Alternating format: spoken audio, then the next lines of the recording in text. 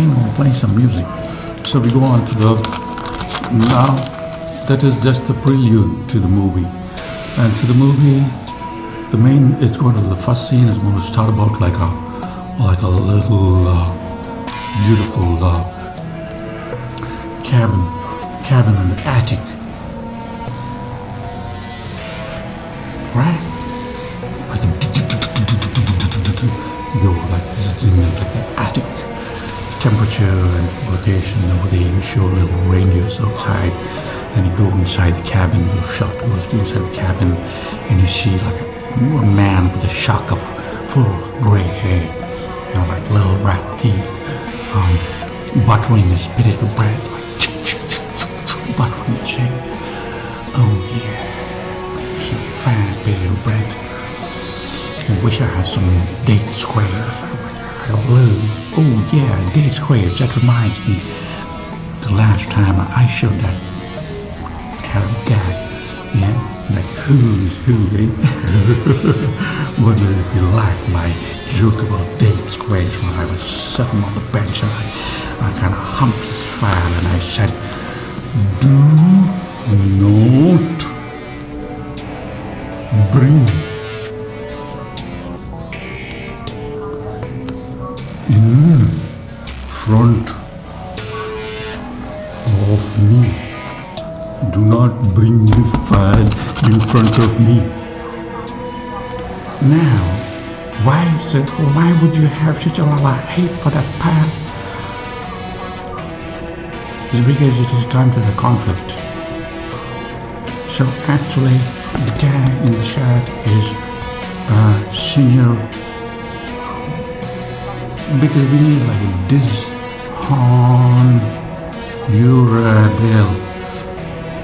dishonorable Donahue.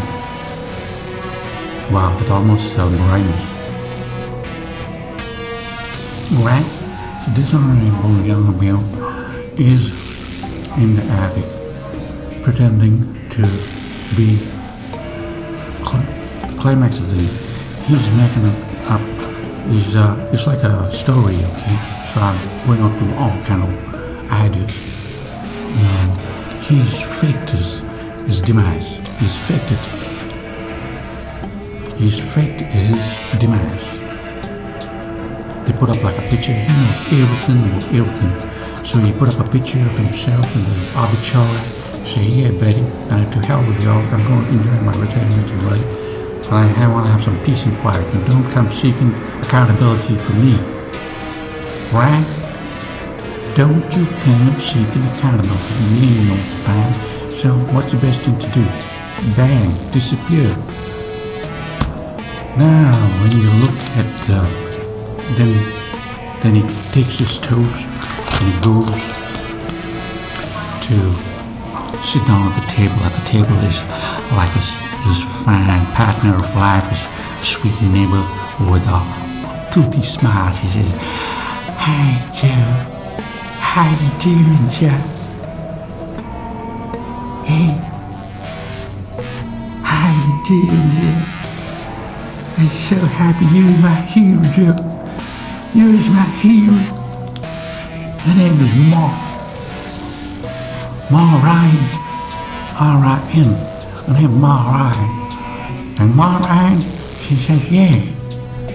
And even though she in the attic, attic is a very expensive place. People think, oh, I'm going to survive in the attic. But no, buddy, attic very expensive. You ask the fine Russian folk, they'll tell you. Attic very, very expensive. Why? Because everything has to be flown out. So even when you're like a bag of milk, like $20, $20 for a bag of milk. But Marlon, she still gets a source of tabloids. Yeah? She's like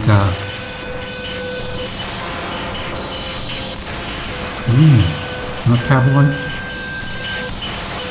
She keeps a little bit of them tabloid because for the day she's going to get all that news. Like what's the guy said? what's the guy's name? His name is yeah, in the movies like Men in Black, Men in Black 3, Men in Black 4, and one of the plagiarism or something that we talk about tabloids. But Marie and dishonorable Donnie, they get their facts and figures and tips and all them things from the tabloid. Unbelievable, man. Yeah, you get from the Hell magazine, like the Baba magazine, all them tidbits, like yeah, that's where you get your facts. Get on the bench. When you get on the bench, you should have your facts and know what's going on in the world. So you get on your facts from the tabloids, from the Sun newspaper in Canada, and especially from the back page, back door, from the OJ trial, you know. So, Maureen, she says, did you read this, Jeff? Did you read this? It's happening. Look at it. And then she says, can you pass the OJ, please? And as soon as she says the OJ will, like dishonorable Donnie, he gets like pissed up. He starts shaking and he gets like querying. He's like, did you say OJ? How many times I told you not to say OJ, OJ, OJ? I said, use more orange juice. You know the way OJ triggers me. You know how, what a deep impact OJ has had on my whole existence. I suffer from the OJ syndrome. Yeah, there's the syndrome, sir. There is in the movie. I was wondering if we should call it like the OJ syndrome, or shall we call it like no bail for the judge? I think we gotta call it a book. But OJ won't get upset. He might come like get like pissed off and like piss, run away. So the OJ syndrome. Yeah, you gotta put an E and a Y somewhere in the syndrome. So the OJ syndrome is a real syndrome that has affected. Now, if you want to give Mr. Dishonorable, like everybody, they're not born like dishonorable or without any kind of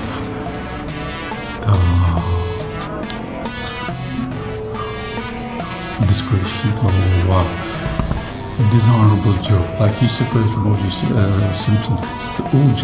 is actually stands for the Monsieur Simpson. I wonder if Simpson's an Irishman. Maybe we would have to ask him. Okay, so O.J. Simpson was, we all know who O.J. Simpson is, or do we or do we not? Where is he? Is he outside or inside? I wonder if he's outside or inside. We still have to, I think. Well, the man's already paid his price several times over, has he? Well, dishonorable Don, don't think so. Dishonorable Don, really don't think so. Should the best is have games again. And by the way, if I English language, dishonorable or bad, please, most of the words and all, they're being approved by a Catholic school board. Like it is, the language that is being used is like overheard during recess time in most Catholic schools. Right? That's the reality of things. Okay? So there's the OJ, so we call it the OJ syndrome because, so understanding, okay, let's not get ahead of ourselves. You know, first of all, we got to understand, taking the backdrop about O.J. Simpson. Okay, how about a brief explanation of the O.J. Simpson syndrome? Now, the O.J. Simpson syndrome is such that, like any man of any kind of color, with a anything with anything of a woman without color, or a wonderful Homo sapien, pigment detection challenges. A third party like Mr. Judge Donahue, dishonorable. It's in the movie. Takes offense and says, yeah, that thing is cooking just like the O.J. Simpson. So the man, the colored man, is automatically labeled O.J. Simpson. The woman, who that pretty girl was, that unfortunate, wonderful, sweet, beautiful girl. And, but anyway, so O.J. was there not anyway about that. So that is the syndrome that happens. So now, if you're looking back at the life of Mr. Dishonorable, man without honor, man who has destroyed the lives of scores of men because he thought that they are just like O.J. Simpson. And in doing that, he has destroyed the lives of thousands of children because children need their fathers and they don't have their fathers. Why? Because they're labeled the O.J. Simpson syndrome. He was O.J. So you will be punished over and over again till you commit suicide. Actually speaking, so then the shot goes back to like a corner of a street called Christ Avenue and Exmouth Avenue in a town called, virtually called a town, okay? The town name is Insane. Yes, that would have like a good ring, like Insane. Where are you? Insane. What? Insane, yeah. Totally insane. Insane. Town called Insane. Shot goes to a little graffiti with a list of 10 men who committed suicide. We don't know the whole story about these 10 men and how and all, but they show this old factory over there at that corner of by Yuck's Mountain, Frostina, northwest corner. This is 402. Yeah. The shot goes, and on top of the roof, a man is sitting over there, parading this, claiming like family law kills. Family law kills. And the man in a cowboy hat comes and brings him some coffee, and he wonders what's going on over here. Why is them saying family law kills? And why did all those men they claim that kill themselves? Because they can't see the children in a hopeless situation, because they're almost like being categorized like O.J. Simpson. Mostly the O.J. Simpsons in the city. Most of this, all this it's all because of the precedence that is being set by this poor victim of a judge, the dishonorable Donahue. I don't know if you could call him dishonorable or delusional, but then it came mental insanity, but the whole thing is to hold him accountable, sir. Really? Yeah, that's the reason why he's faking his death and run away to the attic. He has like all his tabloids. What else does he have?